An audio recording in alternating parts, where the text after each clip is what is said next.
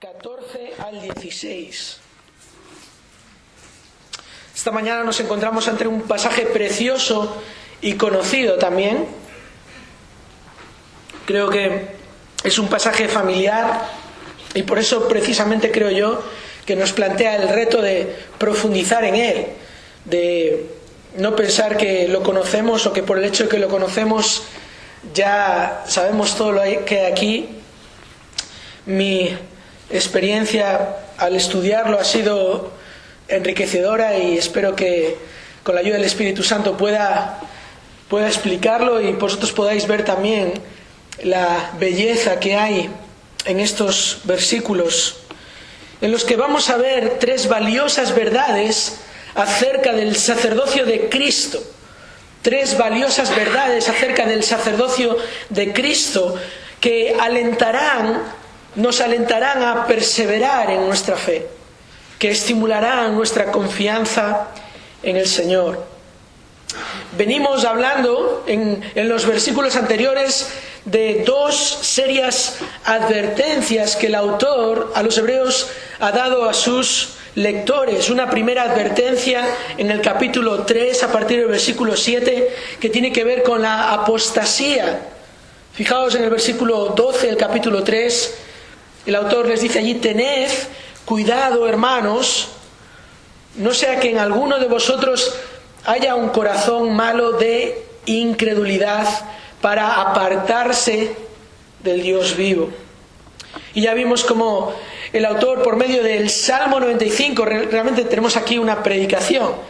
El autor está exponiendo la segunda parte del Salmo 95, los versículos aquí del 7 al 11, y les está recordando la experiencia de esa primera generación del pueblo de Israel que salió de Egipto, que fueron sacados con mano poderosa, que vieron las maravillas de Dios, maravillas que nosotros no hemos visto, y aun a pesar de todo eso fueron incrédulos, se apartaron, al final se alejaron de Dios, y Dios, después de hasta 10 veces teniéndoles paciencia por 10 momentos específicos en los que se quejaron contra Dios y demostraron su incredulidad, Dios dijo: basta, esta generación va a morir en el desierto.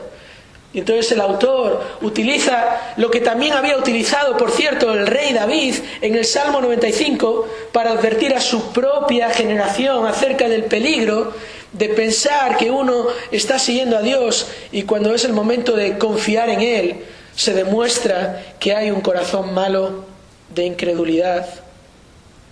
La otra advertencia la encontramos en los primeros versículos del capítulo 4 que ya hemos estudiado. No solo la advertencia del peligro de la apostasía, sino también el peligro de la apatía espiritual. Había también entre aquellos receptores de esta carta algunos que sí eran creyentes, pero que estaban con dudas de si tenían que seguir a Cristo, si tenían que obedecer lo que Cristo había dicho, lo cual les estaba trayendo aflicción y persecución, o si era mejor quizás volverse atrás a las leyes y mandamientos del pacto antiguo, porque aquello les iba a traer quizás un mejor o un mayor aplauso de parte de las personas a su alrededor, sobre todo de aquellos que eran judíos. Y entonces el autor les tiene que advertir.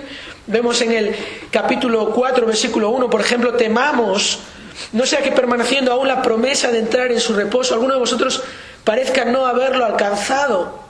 Aquí, si recordáis, hablábamos de la ilustración de uno que está en una carrera pero no corre como debe correr, y que incluso se queda atrás, y que no tiene claro cuál es su objetivo y cuál es su meta. Y el autor incluso luego les tiene que decir en el versículo 11: esforcémonos por entrar en ese reposo. Y aquí no está hablando de un esfuerzo por obtener la salvación, sino un esfuerzo por correr como deberían correr, un esfuerzo por confiar en el Señor. No sea que alguno, dice ahí el versículo 11, caiga siguiendo el mismo ejemplo de desobediencia, el mismo ejemplo obviamente de aquella generación en el desierto.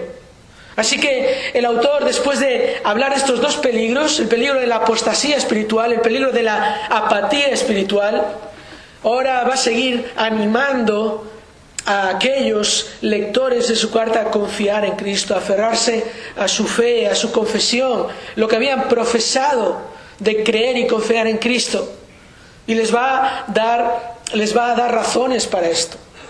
De hecho, el autor, en los pasajes que hemos visto hasta ahora en esta carta, está tratando con un problema, y es el problema de la superficialidad espiritual. El problema de muchos de aquellos, los que sí eran creyentes que conocían muy poco al Señor Jesús. Y vamos a ver cómo precisamente la solución para una vida de fe auténtica, para una fe firme y estable, es conocer a Cristo profundamente. Y realmente este es el tema de todo este libro, de toda esta carta. El autor está haciendo una firme declaración de que Cristo es incomparable. Cristo está muy por encima de los profetas. Eso lo vimos en los primeros versículos de esta carta, cuando se nos dice que en estos últimos días Dios nos ha hablado por su Hijo, a quien constituyó heredero de todas las cosas, por medio de quien hizo también el universo, después de haber hablado en otros tiempos por medio de los profetas. Él es su Hijo. Él está aún por encima de los profetas. Los profetas hablaron de parte de Dios. Ahora es la misma palabra de Dios encarnada. Dios dándose a conocer. Dios hecho hombre. Vimos también que Cristo está muy por encima no solo de los profetas, sino de los ángeles. Luego veíamos a partir del versículo 4 del capítulo 1 que Él es mucho mejor que los ángeles por cuanto ha heredado un nombre más excelente que ellos. Y ya mostramos cómo el pasaje nos indica que ese nombre más excelente es el título de Hijo de Dios, que en realidad simplemente está afirmando que Él es Dios. Como ya venía diciendo aquí el autor del Hijo, que es el resplandor de la gloria del Padre, la expresión exacta de su naturaleza. El que sostiene todas las cosas por la palabra de su poder. Él también está muy por encima de Moisés. Eso lo vimos también en el capítulo 3.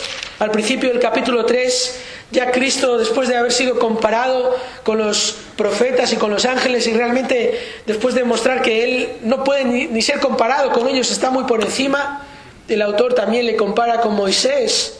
Y si bien Moisés fue un siervo fiel, fue un apóstol fiel, apóstol en el sentido de que fue enviado con una meta, con una tarea que Dios le había pedido, una responsabilidad, y la cumplió y fue fiel.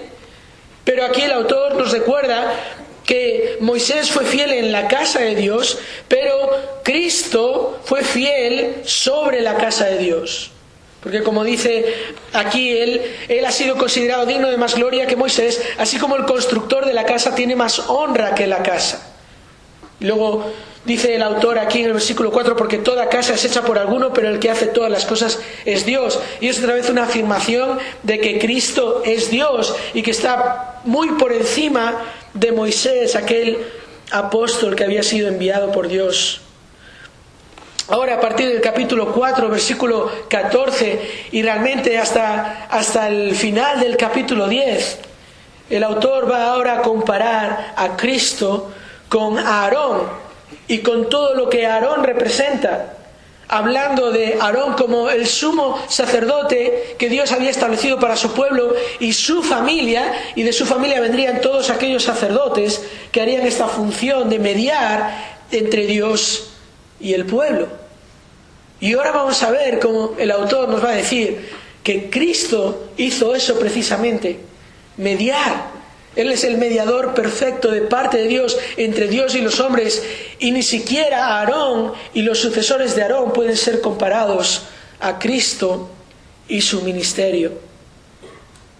Ahora, después de ver todo este contexto, lo que el autor está diciendo aquí, quizás podríamos preguntarnos, bueno, eso está muy bien, es muy interesante, pero ¿qué tiene que ver el contexto de los hebreos con mi contexto, con mi vida ahora en el siglo XXI?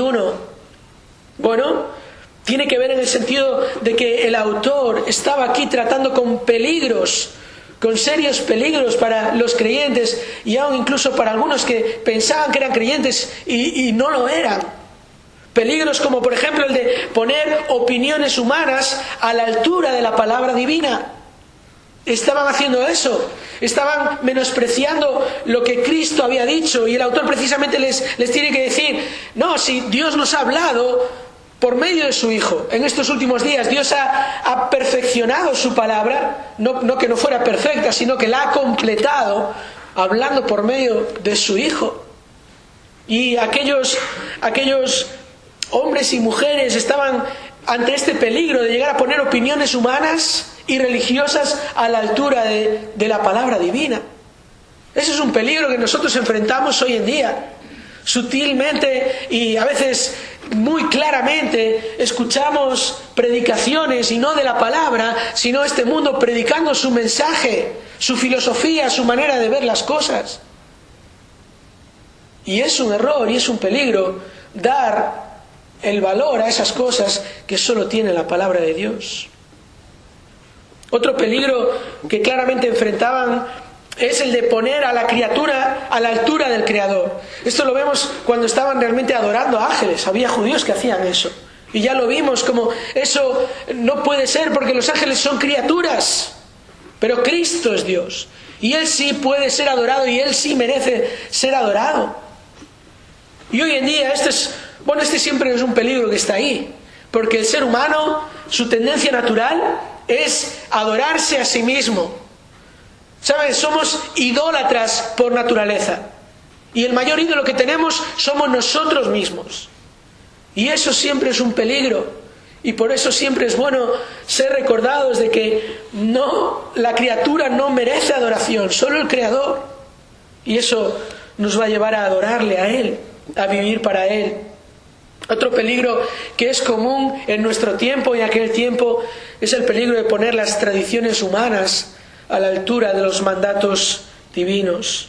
Muchas veces poner por encima nuestra religión en el sentido de esto es lo que hemos hecho siempre, estas son nuestras tradiciones y esto entonces es lo correcto, sin asegurarnos de que lo correcto es lo que Dios nos dice en su palabra. Y aquí tenemos una generación de creyentes que estaban siendo tentados a volver a su religión pasada, a volver a tratar de obtener méritos de parte de Dios por medio de hacer sacrificios, cuando ya había llegado el sacrificio perfecto de parte de Dios y no había que ofrecer más sacrificios, y lo único que había que ofrecer es adoración y obediencia. Bueno, esto es un peligro, hermanos. Muchas veces, si no tenemos cuidado, elevamos tradiciones humanas a la altura de lo que son los mandatos divinos. Cristo mismo lo advirtió a los quizás de los mejores religiosos que jamás han existido en esta tierra, a los fariseos. Siempre les criticamos, pero en su religión eran intachables. Pero el problema de ellos es que su religión les había llevado a elevar sus propias tradiciones por encima de la palabra de Dios. Y por eso esta carta nos ayuda tanto. Nos ayuda porque nos enfoca en Cristo, en su palabra, en su grandeza, en su obra. Y hace que todo lo demás quede muy en segundo plano. Al final ese realmente es el gran peligro, el peligro de no poner a Cristo donde le corresponde. ¿Tú tienes a Cristo donde le corresponde a Cristo estar? ¿El Señor de tu vida es el Señor de tu vida? ¿Es aquel a quien obedeces, a quien sirves, a quien amas, a quien admiras, a quien adoras, a quien proclamas? Esta carta nos ayuda a poner a Cristo donde le corresponde, porque es la carta que nos habla de la suprema superioridad de Cristo. Incomparable, incomparable. Es el protagonista de la carta y ahora vamos a verle en esta función de sacerdote. Ya el autor lo introdujo en el capítulo 2, versículo 17, cuando se nos dice allí que Él tenía que ser hecho semejante a sus hermanos en todo, a fin de que llegara a ser un misericordioso y fiel sumo sacerdote. Ya en el capítulo 3, versículo 1, se nos vuelve a mencionar: considerad a Jesús el apóstol y sumo sacerdote en nuestra fe. Ahora en nuestro pasaje, como vamos a empezar a ver, se nos va a empezar a describir de una manera profunda y preciosa su función como sumo sacerdote. Y es realmente el centro de esta carta. Si vamos por un momento al capítulo 7 y versículo 26, ya llegamos allí, pero fijaos, porque este es el centro de esta carta. Y en el centro de esta carta, no el centro en un sentido que es la mitad de la carta, sino que aquí está el tema central de toda esta carta. Dice ahí el autor: convenía que tuviéramos tal sumo sacerdote, santo, inocente, inmaculado, apartado de los pecadores, exaltado más allá de los cielos, que no necesita, como aquellos sumos sacerdotes, ofrecer sacrificios diariamente, primero por sus propios pecados y después por los pecados del pueblo, porque esto lo hizo una vez para siempre cuando se ofreció a sí mismo. Porque la ley designa como sumos sacerdotes a hombres débiles, pero la palabra del juramento que vino después de la ley designa al Hijo, hecho perfecto para siempre. Y en el capítulo 8, versículo 1, el autor dice: ahora bien, el punto principal de lo que se ha dicho es este: tenemos tal sumo sacerdote. Tenemos tal sumo sacerdote. Este tema acerca de Cristo como sumo sacerdote empieza aquí en el capítulo 4, versículo 14, que vamos a considerar ahora en esta mañana. Aquí vamos a encontrar una descripción del incomparable sacerdocio de Cristo, que nos alienta a confiar en Él, que nos alienta a depender de Él en todo momento. Leamos, hermanos, y estudiemos juntos Hebreos capítulo 4, versículo 14. Dice así: teniendo pues un gran sumo sacerdote que trascendió los cielos, Jesús, el Hijo de Dios, retengamos nuestra fe.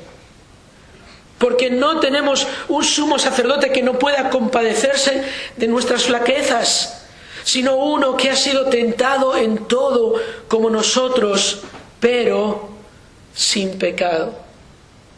Por tanto, acerquémonos con confianza al trono de la gracia para que recibamos misericordia y hallemos gracia para la ayuda oportuna.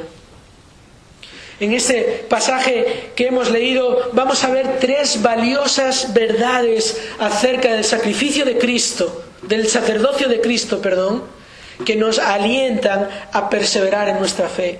Tres valiosas verdades acerca de Cristo como sacerdote, que te van a estimular, que te van a ayudar a perseverar, a afianzar, a fortalecer tu fe.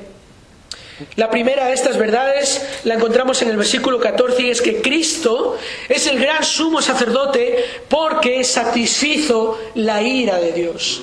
Cristo es el gran sumo sacerdote porque satisfizo la ira de Dios. Fijaos, el autor dice: teniendo pues un gran sumo sacerdote que trascendió los cielos, Jesús, el Hijo de Dios, retengamos nuestra fe. Aquí el autor le llama gran sumo sacerdote, y no es porque él esté entre los sacerdotes como el mejor. Realmente él no puede ser comparado ni aun a los sumos sacerdotes. Él es grande por quien es él, porque siendo Dios se hizo hombre. Como ya vimos, él es el resplandor de su gloria. Versículo 3 del capítulo 1, la expresión exacta de su naturaleza. En el versículo 8 ya vimos del Hijo, dice: tu trono, oh Dios, es por los siglos de los siglos.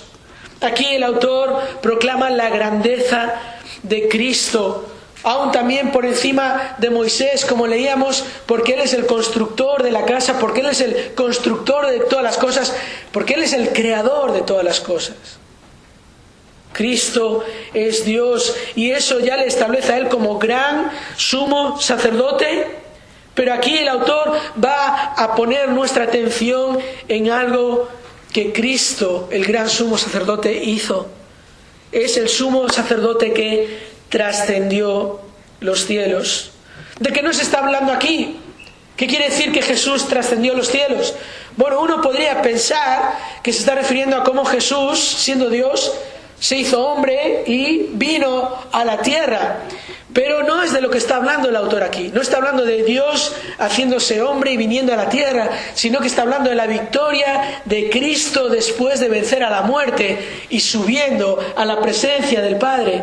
Como ya vimos también en el capítulo 1, siendo Él puesto en el trono, sentado a la diestra del Padre, donde le corresponde estar. ¿Por qué? Porque vimos también que Él llevó a cabo la purificación de los pecados. Y esa es la imagen que tenemos aquí. Es la imagen, la ilustración que aquellos receptores entendieron bien. ¿Qué hacía el sumo sacerdote? El sumo sacerdote era el único que una vez al año podía entrar hasta el lugar santísimo, hasta la misma presencia de Dios. El templo tenía el lugar santo y luego tenía el lugar santísimo, había un velo que los separaba y ese era el lugar en el que Dios manifestaba su presencia, era la presencia de Dios en la tierra. Y solo una vez al año, el día de expiación, el sacerdote entraba con sangre ajena, no entraba para ser sacrificado a sí mismo, sino que él había ofrecido ya un sacrificio por sus pecados y entraba ahora para ofrecer un sacrificio por los pecados del pueblo. Y esta es la idea aquí. Se nos está diciendo que Cristo es el gran sumo sacerdote porque Él ya no entró a ese lugar hecho por manos humanas, bajo la dirección de Dios y bajo el liderazgo de Moisés, sino que Cristo entró a la presencia misma de Dios una sola vez y por nosotros. Y por eso es que el autor aquí está diciendo, este Jesús, el Hijo de Dios, y aquí otra vez estamos viendo una afirmación de su humanidad, Jesús de Nazaret, aquel que vieron caminar por Palestina, aquel que es el Hijo de Dios, el título que le pone como quien es el Dios eterno. Él es el gran sumo sacerdote que entró a la presencia del Padre por nosotros. Y por eso es que tenemos que retener nuestra fe. En la Reina Valera dice nuestra profesión, nuestra fe, dice en la traducción de las Américas, quizás la mejor palabra aquí sería la palabra confesión. Es lo que literalmente dice, retengamos o aferrémonos o sigamos firmes en aquello que hemos confesado, mostrando la confesión como ese elemento público de algo que ha ocurrido internamente. Esa fe, ese creer con el corazón, como dice Pablo en Romanos 10, pero confesar con la boca, es de lo que está hablando aquí el autor. Si hemos creído en Cristo, es en este Cristo en quien hemos creído. En aquel que se presentó ante el Padre por nosotros. En aquel que sufrió el castigo que nosotros merecíamos. En aquel que evidenció la grandeza de nuestro pecado, nuestra debilidad, nuestra flaqueza, nuestra rebeldía. Aquel que es superior a todos los demás sacerdotes. Esto lo vemos claramente en el capítulo 9. Venid conmigo al capítulo 9 de esta carta. Así tal cual lo explica el autor allí en el versículo 24. Hebreos 9, 24. Se nos dice ahí, porque Cristo no entró en un lugar santo hecho por manos, una representación del verdadero, sino en el cielo mismo. Y fíjate, mira lo que dice, para presentarse ahora en la presencia de Dios por nosotros. Y no para ofrecerse a sí mismo muchas veces como el sumo sacerdote entra al lugar santísimo cada año con sangre ajena. De otra manera, le hubiera sido necesario sufrir muchas veces desde la fundación del mundo. Pero ahora, una sola vez, en la consumación de los siglos, se ha manifestado para destruir el pecado por el sacrificio de sí mismo. Oh, sí que Él es el gran sumo sacerdote. Él no tuvo que hacerlo una vez al año, cada año, y con sangre ajena. Él entró una sola vez y se presentó a sí mismo. Y hermano, lo has leído, ¿verdad? Para destruir el pecado. Para destruir el pecado. No para dañar el pecado, no para aliviar por un tiempo las consecuencias del pecado. Cristo satisfizo plenamente la ira de Dios. Como dice el profeta Isaías en ese precioso capítulo 53, Jehová cargó en él el pecado de todos nosotros.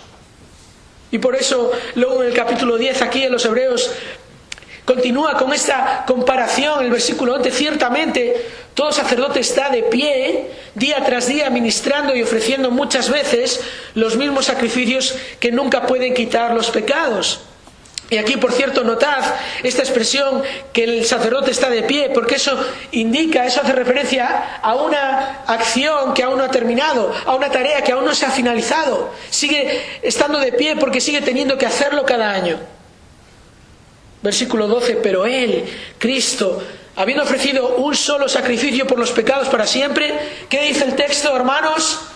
Se sentó, terminó la tarea, quitó el pecado, esperando de ahí en adelante, versículo 13, hasta que sus enemigos sean puestos por estrado de sus pies, porque por una ofrenda Él ha hecho perfectos para siempre a los que son santificados. ¿Cómo no vamos a aferrarnos a esta confesión? ¿Cómo no vamos a mantenernos firmes en esta fe? Cristo hizo la obra, Él la hizo perfecta, llevó todos nuestros pecados. ¿A quién nos vamos a aferrar sino a Cristo? ¿Acaso estás confiando en que un día te vas a presentar delante de Dios con tus buenas obras? ¿Con que has sido un buen vecino, un buen marido, una buena esposa, un buen hijo, una buena hija, un buen ciudadano? ¿Le vas a presentar eso a Dios? Eso que para Él es inmundicia, porque con todo eso traes tu pecado. ¿O te vas a presentar a Él en Cristo? Porque Él ya se presentó por ti. Porque Él, como también dice el autor a los Hebreos en el capítulo 6, Él es nuestro precursor. Él ya fue delante para abrir camino. Él se presentó delante del Padre y con el sacrificio de sí mismo satisfizo la ira de Dios que estaba sobre ti y sobre mí. Oh, queridos, necesitamos tener una visión más elevada de Cristo, lo que Cristo ha hecho por nosotros. Si nuestra admiración por Cristo no crece, nuestra fe no se fortalece. ¿Te das cuenta de eso?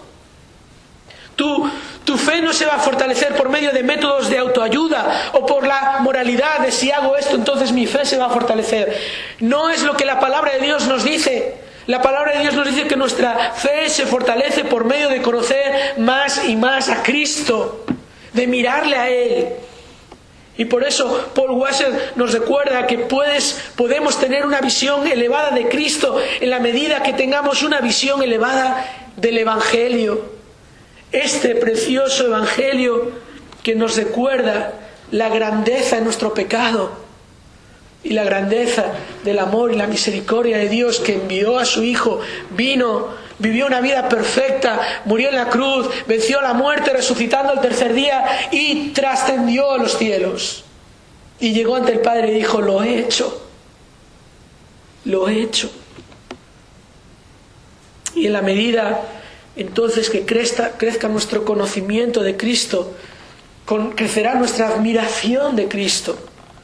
En la medida que nuestra admiración de Cristo crezca, ahí se fortalecerá nuestra fe. Retengamos nuestra fe, porque Cristo trascendió a los cielos. Esa es la primera verdad valiosa que encontramos aquí en este pasaje. Oh, cómo nos anima a pensar en lo que Cristo hizo por nosotros en el pasado, pero ¿sabes? Hay algo que también Cristo hace por nosotros en el presente. Y esta es la segunda verdad valiosa que vemos en este pasaje. Cristo es el gran sumo sacerdote porque simpatiza con los que creen en Él. Simpatiza con los que creen en Él. Y antes de que te quedes un poco sorprendido porque estoy utilizando esta palabra de simpatizar, la estoy utilizando porque es la que aparece en el texto. Fijaos, versículo 15, el autor sigue diciendo: porque no tenemos un sumo sacerdote que no pueda compadecerse de nuestras flaquezas, sino uno que ha sido tentado en todo, como nosotros, pero sin pecado. Cristo es un gran sumo sacerdote no solo porque trascendió los cielos, no solo porque satisfizo la ira de Dios, sino también porque Él simpatiza con los que creen en Él, con aquellos que se aferran a su confesión de que Cristo es Señor y Salvador. Fijaos, el autor aquí, por medio de una doble negación, dice: no tenemos un sumo sacerdote que no pueda compadecerse. Está haciendo una afirmación enfática. ¿Qué es lo que está diciendo? Cristo puede compadecerse de nuestras flaquezas. Es un recurso que el autor utiliza por medio de esta doble negación para enfatizar su afirmación. Y aquí el autor apunta, después de habernos recordado la grandeza de Cristo, de su divinidad, de aquel que es el Hijo de Dios, nos habla ahora de la grandeza de su humanidad, porque Él puede compadecerse de nuestras flaquezas porque fue tentado en todo como nosotros. Aquí ahora vemos a ese Salvador precioso y perfecto, aquel que ya vimos en el capítulo 2, versículo 9, que fue hecho un poco inferior a los ángeles, coronado de gloria y honor a causa del padecimiento de la muerte, para que por la gracia de Dios probara Él la muerte por todos. Ya vimos que Él es el que, de quien se nos dice que participó de carne y sangre, como la humanidad, para anular mediante la muerte el poder de aquel que tenía el poder de la muerte. Él se hizo hombre, y cuando Él se hizo hombre no fue algo así como un ser que es mitad Dios y mitad hombre, y no dejó en ningún momento de ser Dios. Él es Dios. Si hubiera dejado de ser Dios, nunca entonces habría sido Dios. Dios no puede dejar de ser Dios. Pero siendo Dios, se hizo hombre, y cuando se hizo hombre, se hizo plenamente hombre. Y hermanos, esto que es complejo de entender, es fundamental que entendamos que Cristo fue totalmente hombre, y por eso Él puede simpatizar con nosotros. Compadecerse significa compartir la experiencia de otro, significa sufrir lo que otro sufre. Y esto es lo que el autor nos está diciendo aquí, que debemos confiar en Cristo porque Él nos entiende, porque Él sabe en todo momento lo que sentimos, porque Él entiende las luchas que tenemos. Él, nos dice el pasaje, fue tentado en todo. ¿Qué significa esto? Significa que fue tentado en todo y nunca cedió, y significa que al ser tentado en todo, Él experimentó la mayor intensidad de tentación. No sé si nunca te habías parado a pensar en esto, pero el hecho de que Cristo nunca cedió a la tentación es lo que nos confirma que nadie fue tan tentado como Él. Él sufrió la tentación hasta el más alto grado. Eso no ocurre contigo y conmigo. Pero nosotros somos tentados, pero en el momento que caemos, ya el tentador no tiene que hacer más trabajo de tentar, ya lo ha conseguido. Pero no fue así con Cristo, de quien el autor también nos dice en el capítulo 12 que soportó tal hostilidad de pecadores contra sí mismo, porque le dice a los hebreos: todavía en vuestra lucha contra el pecado no habéis resistido hasta el punto de derramar sangre. Pero Cristo fue el que soportó esa hostilidad de los pecadores contra sí mismo. Él experimentó la tentación en su mayor intensidad, y es por eso que Él puede comprenderte cuando tú eres tentado. Esto es importante, hermanos. Dice, Él fue tentado en todo como nosotros. Hay una única diferencia, lo que pasa que también es una diferencia abismal. Él no pecó. Y bueno, obviamente como Dios que es, no podía pecar. Pero hermanos, lo que el pasaje nos está diciendo es que como hombre, nunca pecó. Eso es lo que el pasaje nos está diciendo. Ahora, quizás algunos podrían preguntarse ante esto, bueno, como Jesús nunca pecó, ¿cómo es que se puede compadecer de nosotros? ¿Cómo puede Jesús identificarse con nosotros si Él no pecó como nosotros? Bueno, hay algo que debemos entender y que quiero explicaros por medio de una ilustración. ¿Sabéis? Experimentar algo no implica que entendamos ese algo necesariamente. Por ejemplo, una persona puede experimentar multitud de operaciones quirúrgicas sin que eso implique que esa persona sabe hacer una cirugía. El hecho de que te operen del estómago no quiere decir que entonces tú ya sabes cómo hacer una operación de estómago. Y si te tienen que hacer una operación, tú no vas a llegar al hospital y decir, mira, me gustaría que me opere alguien a quien le operaron de estómago, porque me va a entender, va a experimentar lo que yo estoy experimentando. No vas a decir eso. Quiero que me opere, vas a decir, alguien que ya ha operado a alguien del estómago. Y si lo ha hecho muchas veces, mucho mejor. Eso es lo que pasa con un médico. Un médico puede llevar a cabo miles de cirugías complejas y exitosas sin experimentar él mismo una cirugía. Esto puede ocurrir. Un doctor que nunca tiene que ser operado.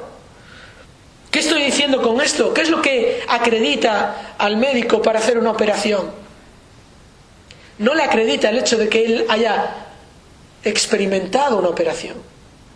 Le acredita el hecho de que él conoce la enfermedad y conoce el cuerpo humano y sabe lo que tiene que hacer. Y entonces tú dices que me opere el que opera, no que me opere el que ya ha sido operado. Bueno, eso es lo que está diciendo aquí el autor con respecto a Cristo. Que Cristo no haya pecado no quiere decir que Él no conozca el pecado, las consecuencias del pecado, la corrupción del pecado, la tentación de pecar. Eso es lo que el autor nos está diciendo, y por eso precisamente Él puede compadecerse de nosotros. ¿Sabes? Cristo venció la tentación en la esfera de la humanidad. Y quiero mostrártelo una vez más. Ven conmigo a Lucas capítulo 4. En Lucas capítulo 4 y también en Mateo capítulo 4 encontramos el relato de cómo Jesús fue tentado por el mismo diablo. ¿Sabes? Seguramente en toda tu vida el diablo no vendrá a él mismo a tentarte a ti, porque tiene ya agentes de tentación, tiene demonios para hacer esa labor. Pero con Cristo Él fue directamente a tentar a Cristo. Y fíjate cómo Cristo venció la tentación. ¿Lo hizo como Dios o lo hizo como hombre? Pues fíjate, en Lucas capítulo 4 se nos dice en el versículo 1, Jesús, lleno del Espíritu Santo, volvió del Jordán y fue llevado por el Espíritu en el desierto por 40 días, siendo tentado por el diablo. Y no comió nada durante esos días, pasados los cuales tuvo hambre. ¿Qué nos está diciendo Lucas aquí? ¿Quién guió al Señor? El Espíritu Santo. ¿Qué se nos dice aquí de la actitud de Jesús lleno del Espíritu Santo? Esto es un mandato que se nos da a los creyentes.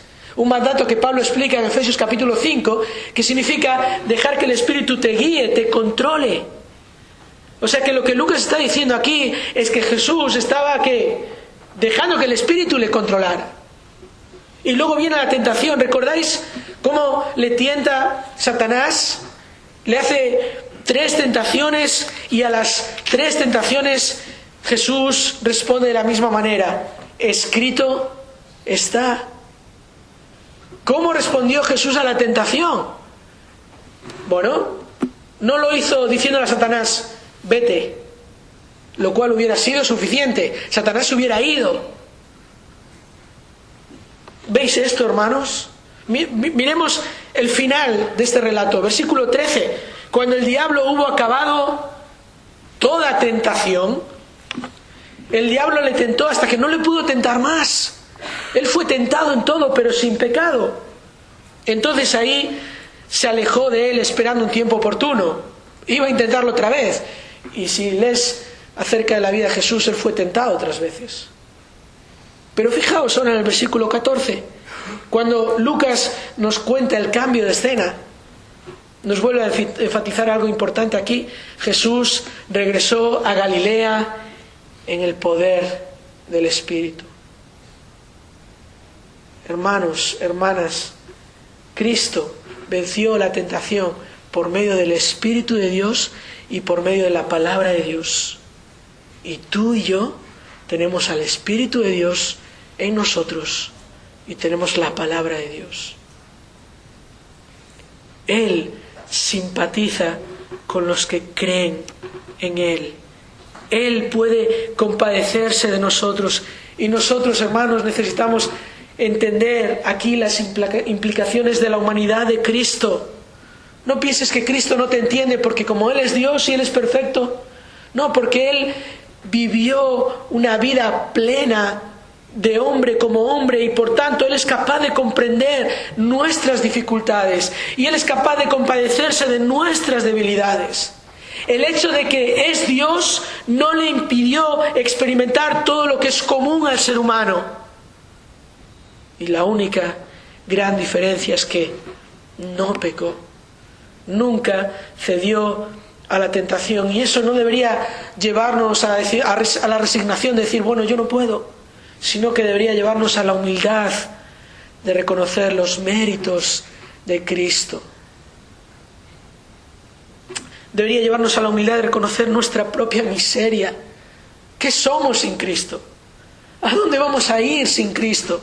¿Cómo vamos a soportar la tentación?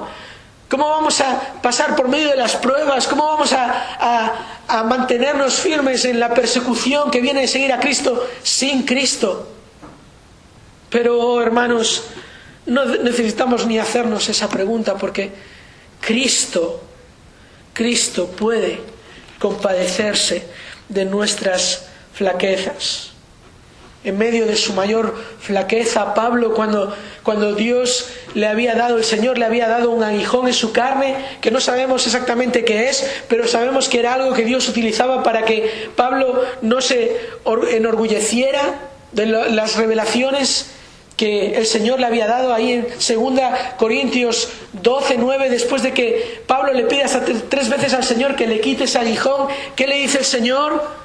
Te basta mi gracia. ¿Qué le dice el Señor? Mi poder se perfecciona en tu debilidad. Eso es lo que Cristo nos dice a nosotros. No te preocupes, mi poder se perfecciona en tu debilidad.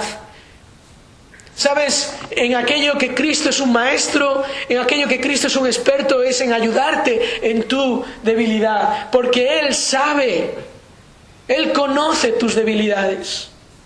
Así que como dice el pastor Jerry Bridges, tus peores días nunca estarán lejos del alcance de la gracia de Dios. Y tus mejores días nunca serán tan buenos como para no necesitar la gracia de Dios.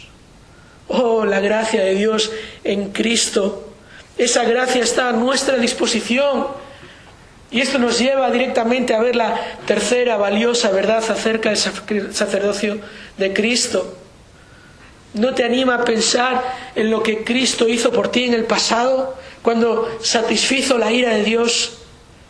¿No te anima a pensar en lo que Cristo hace por ti en el presente de manera continua, intercediendo por ti, porque Él sabe lo que sientes, porque Él es el que te puede ayudar? Bueno, también nos anima a pensar lo que Él hace por el resto de nuestra vida hasta que nos venga a buscar, y es sostenernos. Esa es la tercera verdad que alienta y nos ayuda a perseverar en nuestra fe, que Cristo es el gran sumo sacerdote, porque Él sostendrá a los que se acercan a Él. Versículo 16. Hay una invitación preciosa aquí que el autor va a hacer varias veces más en esta carta, acerquémonos con confianza al trono de la gracia para que recibamos misericordia y hallemos gracia para la ayuda oportuna. Ya que Cristo es este gran sumo sacerdote que llevó tu pecado y que sabe entenderte y que te ayuda en tus flaquezas, tienes que saber también que puedes acercarte a Él confiadamente y continuamente. Esta es una invitación para el resto de nuestras vidas, hermanos. No es una invitación de nunca te has acercado, acércate ahora, sino de que acércate cada vez que lo necesites.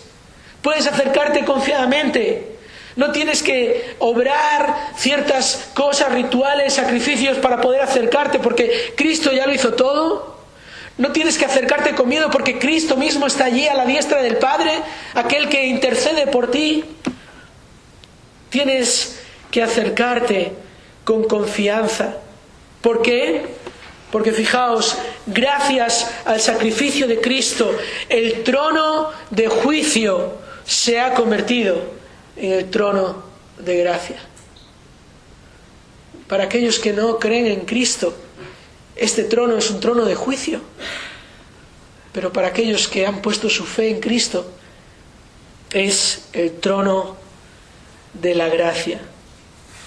De estar destinados a comparecer ante su trono para recibir el justo castigo por nuestros pecados, ahora estar invitados a entrar confiadamente para recibir la ayuda apropiada.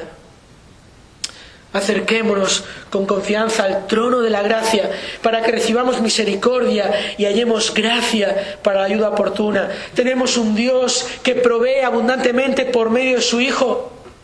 Aquí tenemos esta provisión de Cristo para nosotros, este trono de gracia, que es una provisión primero inmerecida, es de gracia. No entras confiadamente porque te lo mereces o te lo has ganado. Cristo lo ha ganado para ti. Es una provisión no solo inmerecida, sino que asegurada. Puedes acercarte con confianza porque Cristo lo hizo todo, porque Cristo no dejó nada sin hacer, porque todos tus pecados Él los llevó. Es una provisión segura. Si confías, Él te lo va a dar. Y es una provisión oportuna. Esto me encanta, hermanos. Hallemos gracia para ayuda oportuna. ¿Qué está diciendo aquí? Que Cristo siempre te va a dar lo que necesitas en el momento que lo necesitas. Esto me hacía pensar cuando lo estaba estudiando en aquella escena de Jesús en Betania con dos hermanas que acababan de perder a su hermano. Dos hermanas, Marta y María, que conocían a Jesús, conocían el poder de Jesús y habían enviado a personas a buscar a Jesús. Aquel que amas está enfermo. ¿Recordáis Juan capítulo 11? Y recordáis cómo aparentemente ahí Cristo toma una decisión extraña de no ir, sino quedarse. En el contexto se nos da la idea de que era una enfermedad grave, pero Cristo no va inmediatamente. Luego dice, vamos.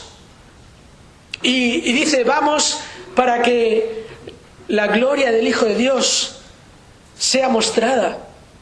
Y cuando llega Jesús, ¿os acordáis de lo que primero Marta y luego María le dijeron? ¿Os acordáis de sus primeras palabras cuando le vieron? Si hubieras estado aquí. Oh querida hermana, querido hermano, ¿cuántas veces te has encontrado en tu vida diciéndole esto a Jesús? Si hubieras estado ahí, o si tú hubieras intervenido, si hubieras evitado que pasara esto, si hubieras evitado que este familiar estuviera enfermo, o que aquella persona falleciera, o que tenga estos problemas, o que sea perseguido, o si tú estuvieras ahí. ¿Y qué nos recuerda aquella escena? Cristo siempre aparece en el momento oportuno. Él no iba a ir a sanar a Lázaro, Él iba a ir a resucitar a Lázaro. Y esto nos muestra lo que este pasaje nos dice, es el trono de la gracia donde encontramos la ayuda oportuna. ante el trono de la gracia. Siempre encontraremos a aquel que nos comprende y que nos ayuda. Ya lo vimos en el capítulo 2, es un sumo sacerdote misericordioso y fiel. Esto es lo que encuentras en el trono cuando te acercas. Porque si has de acudir a Él porque has pecado, porque has cedido a la tentación, en el trono de la gracia recibirás misericordia. Y si has de acudir porque te sientes débil, porque estás en aflicción, porque estás en la prueba, hermano, hermana, lo que vas a hallar es gracia. La gracia de Dios, esa gracia que es suficiente. Oh, la gracia de Dios que nos basta. Queridos hermanos, estas son 3 valiosas verdades que nos animan grandemente. Yo lo creo así. Yo creo que nos anima a pensar en lo que Cristo hizo como sacerdote, como mediador, en lo que Cristo sigue haciendo, intercediendo por nosotros ante el Padre, y aún lo que Él hará cada día de nuestra vida, porque cada día de nuestra vida ese trono estará accesible para nosotros. ¡Qué Salvador tan maravilloso tenemos! ¡Qué Señor tan glorioso tenemos! ¡Qué gran sumo sacerdote tenemos! Oh, espero, hermanos y hermanas, que nuestra respuesta ante esta visión de Cristo sea como la del apóstol Pablo cuando a los filipenses les dice: para todo lo que para mí era ganancia, lo he estimado como pérdida por amor de Cristo. Y aún más, yo estimo como pérdida todas las cosas en vista del incomparable valor de conocer a Cristo Jesús, mi Señor, por quien lo he perdido todo y lo considero todo como basura a fin de ganar a Cristo y ser hallado en Él, no teniendo mi propia justicia derivada de la ley, sino la que es por la fe en Cristo, la justicia que procede de Dios sobre la base de la fe. Y conocerle a Él, el poder de su resurrección, la participación en sus padecimientos, llegando a ser como Él en su muerte, a fin de llegar a la resurrección de entre los muertos. Creo que no hay mejor respuesta para lo que el Señor nos ha dicho en esta mañana. Estimarlo todo como pérdida, aun como basura cuando es comparado con el incomparable. Spurgeon tenía toda la razón cuando dijo: mientras más conozcas a Cristo, menos estarás satisfecho con vistazos superficiales de Él. Podremos, hermanos, seguir adelante con nuestra vida impasibles ante esta gran descripción de Cristo. Vamos a conformarnos con vistazos superficiales de Él. ¿Acaso Cristo no despierta toda nuestra admiración? ¿Acaso Cristo no merece toda nuestra adoración? Teniendo pues un gran sumo sacerdote que trascendió los cielos, Jesús, el Hijo de Dios, retengamos nuestra fe, porque no tenemos un sumo sacerdote que no pueda compadecerse de nuestras flaquezas, sino uno que ha sido tentado en todo como nosotros, pero sin pecado. Por tanto, acerquémonos confiadamente al trono de la gracia para que recibamos misericordia y hallemos gracia para la ayuda oportuna. Vamos a orar para terminar.